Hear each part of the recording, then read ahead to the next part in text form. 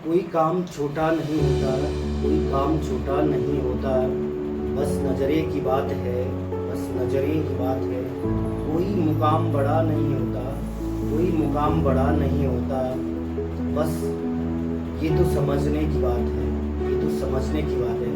नमस्कार दोस्तों, मैं हूँ वीरेंद्र पड़तवाल और आज मैं आपको वीडियो दिखाने जा रहा हूँ रुद्रप्रयाग जनपद के एक युवा की है।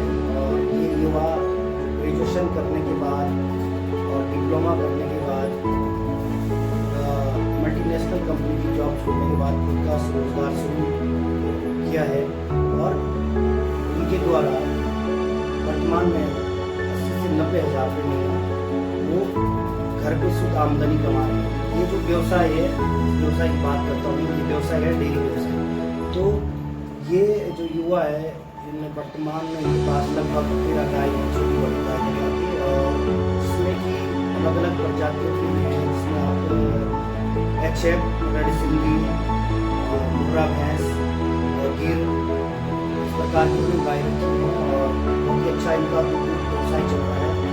और मार्केट की इनको बिल्कुल भी दिक्कत नहीं है, लोग घर पे आके इनसे दूध खरीदते हैं, दूध की अच्छी क्वालिटी है और बहुत ही अच्छा ये पैसा कमा रहे हैं बैठे ही, और अपने साथ दो लोगों को भी उन्हें रोजगार दे रहे हैं। जानते युवा के बारे में कि किस प्रकार से उन्होंने ये शुरुआत करी और कैसे इस काम को शुरू करने की सोची, जहाँ लोग।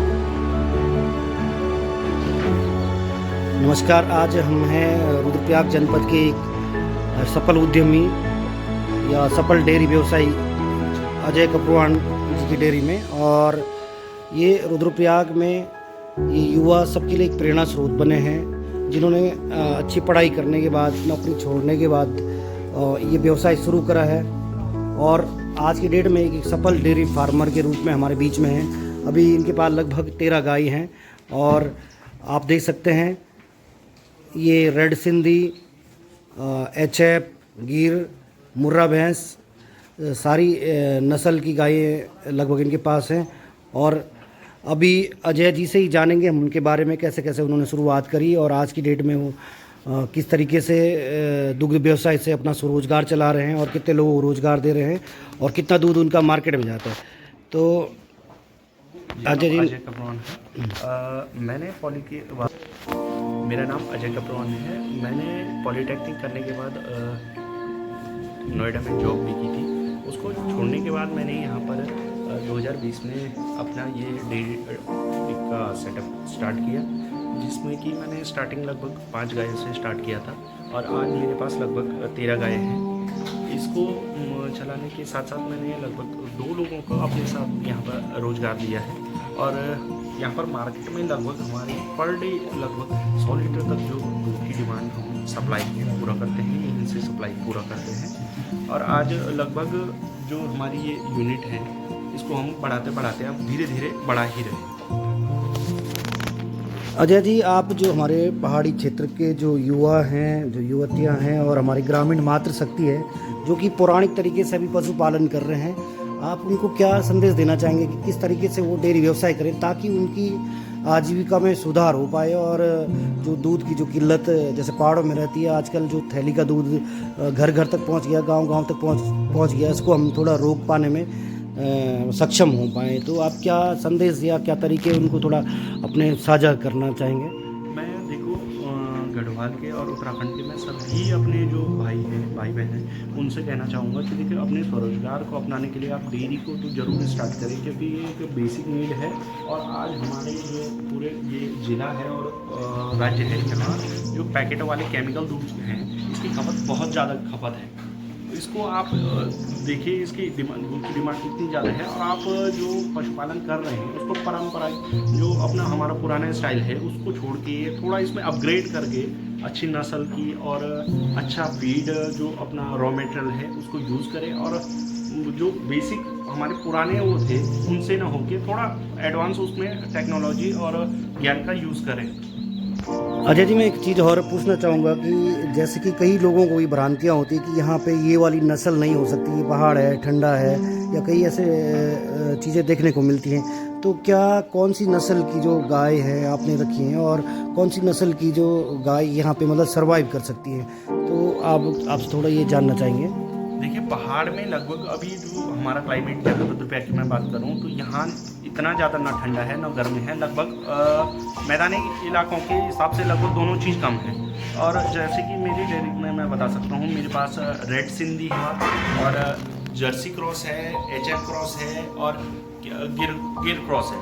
तो मेरा सुझाव यही रहेगा, आप कोई भी जो चाहे अगर विदेशी नस्ल है, विदेशी नस्ल को अगर आप लेना चाहें तो आप किसी भी क्रॉस को, जैसे जर्सी क्रॉस को और HF क्रॉस जो सबसे बेटर रहेंगे, उसमें आप जर्सी क्रॉस को ट्राई कीजिए, क्योंकि ये जो अपने इस माहौल के हिसाब से अच्छी क्लाइमेट में अनुकूल है इनके लिए।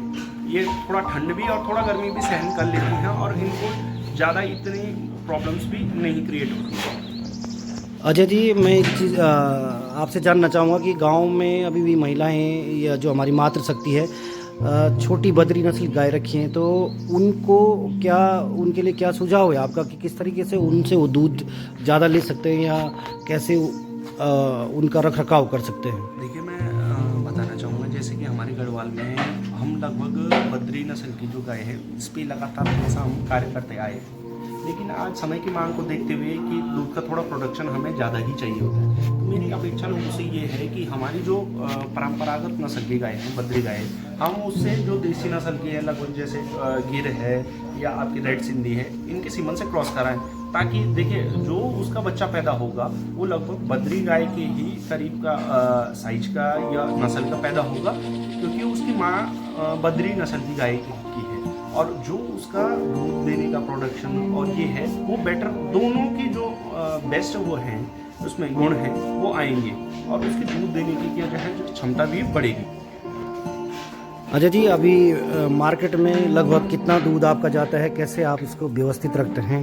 देखिए, अभी वर्तमान समय में मेरी सारी गायों में से लगभग 4 से 5 जो गायें हैं अभी दुधारू हैं, कुछ ब्याने के लिए हैं, कुछ इन मिड अवस्था में है ब्याने के।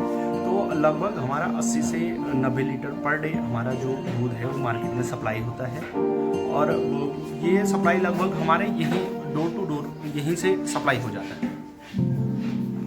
जैसे आपके पास वर्कर भी कम हैं और घास का किस तरीके से आप व्यवस्था करते हैं, क्योंकि आपका जो शहर में है तो घास की व्यवस्था कैसे होती है, इनका जो चारा होता है कैसे प्रबंधन करते हैं, थोड़ा सा इसकी जानकारी आप अगर साझा करें तो अच्छा रहेगा। क्योंकि हमारी जो मातृशक्ति है, कई बार मैं गांव में देखता हूं कि हमारी एक भैंस या 2 गाय होती है और दिन भर हम घास के लिए जंगलों में रहते हैं, तो तब भी घास की जो पूर्ति है वो पूरा नहीं कर पाते। तो आपके पास तो इतने सारे पशु हैं, आप कैसे जो घास है उसकी पूर्ति करते हो?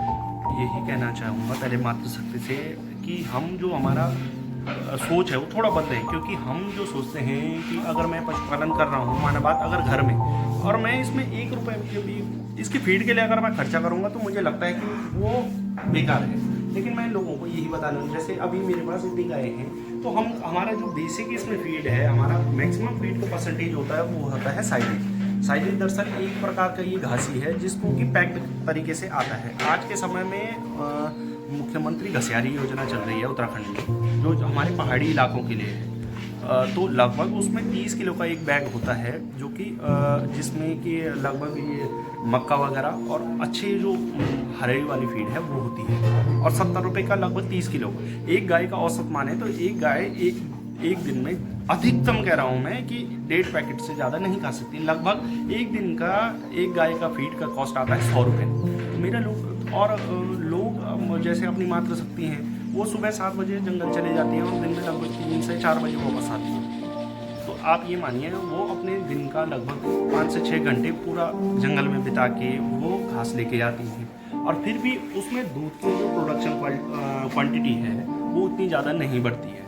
मेरा आपसे अपेक्षा यही है कि आप एक बार इसे ज़रूर ट्राई करें, जिससे कि आपको भी, अगर आप इसको ट्राई करेंगे तो आपको निश्चिंत ही आपको आपकी गाय या जो भी आपका जानवर है इसमें आपको दूध की जो क्वांटिटी है वो बढ़ के मिलेगी, और जो क्या आपका पशु है उसकी भी स्वास्थ्य में भी आपको भी सुधार लगेगा। और मेरा आप लोगों से यही निवेदन है कि आप जो ये हमारे पशुधन है इनका इंश्योरेंस ज़रूर करवाएं, क्योंकि कई बार पहाड़ों या कहीं भी हमारा ये है कि किसी दुर्घटना या किसी कारणवश हमारे जो पशु का है ख़त्म हो जाता है, तो हम केवल उसमें कुछ हमें नहीं मिल पाता। तो अगर यदि हम उसका इंश्योरेंस करवाएंगे तो किसी भी अवस्था में, अगर कुछ दुर्घटना होने की अवस्था में, आपको इंश्योरेंस आप क्लेम कर सकते हैं।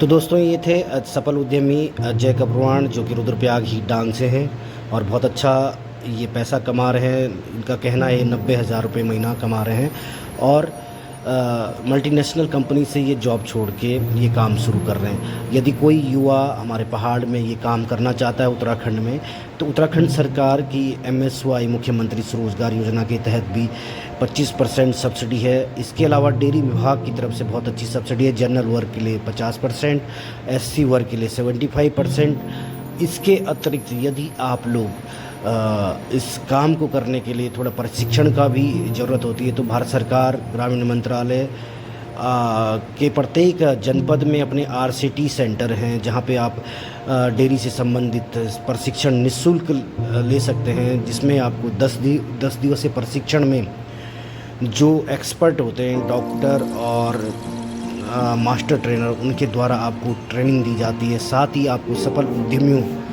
कि यहाँ जाकर यूनिट विजिट भी करवाई जाती है, जिससे कि आपको अच्छा अनुभव पैदा होता है। इसके साथ ही साथ आपका उद्यमिता विकास से संबंधित भी आपको जानकारी दी जाती है, जिसमें रिस्क कैसे लेना है या अन्य व्यवसाय कैसे चलाना है, क्या क्या दिक्कतें व्यवसाय में आती है और उनसे कैसे समस्याओं का समाधान कैसे करना है आदि कई जानकारियां आपको प्रशिक्षण के माध्यम से मिलती हैं।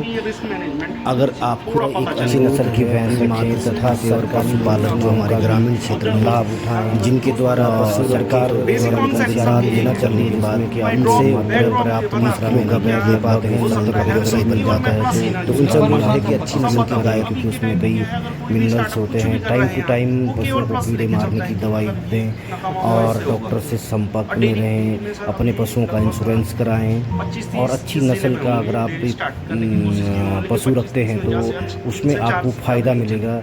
नहीं तो आप दिन भर जो मेहनत करते हैं उसका जो आपको मूल्य बिल्कुल कम मिलता है। आप अच्छे तरीके से पशुपालन करें। तब तक के लिए आप सबको मेरा दिल से नमस्कार, प्रणाम। इसी तरह की सफल उद्यमी की कोई दूसरी वीडियो मैं जल्दी ही आपके बीच में साझा करूंगा, ताकि इन लोगों से हमें प्रेरणा मिलती रहे। और इस प्रकार के सफल उद्यमियों के लिए मेरा नमस्कार, प्रणाम, सलाम। वो भी उसी मतलब लाइन पे काम ना